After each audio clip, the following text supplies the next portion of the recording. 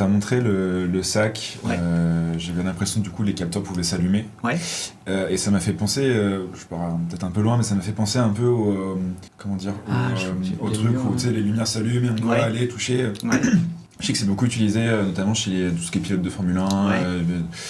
sport automobile pour les réflexes. Est-ce que vous avez peut-être comme idée de donner, enfin pas donner ça, mais proposer ce sac à ces sports-là, type Oui, automobile, oui, qui je- pourraient entrer dans la préparation? Je lance un appel. Je lance Ouais. un appel à la maison Ferrari ou. Et Non, Lewis mais- Hamilton, Mais peut-être, si tu oui, nous écoutes. pourquoi pas. Non, mais au-delà de ça, oui, tu as raison.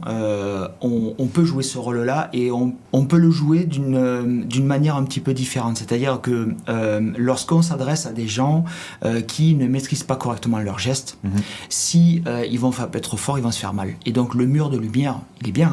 Hein. Ouais. Les BlazePod, etc. Tout le monde connaît ce genre de produit. C'est parfait, sauf que quand tu tapes dedans et si tu tapes trop fort, tu te fais mal. Là, l'idée, c'est vraiment de pouvoir, même si je ne maîtrise pas mon geste, je vais quand même pouvoir faire l'exercice jusqu'au bout. Ça ne veut pas dire qu'il ne faut pas rentrer dans la maîtrise, mais ça veut dire que on se fait moins mal. Voilà. Mais sinon, après, effectivement, c'est la même chose.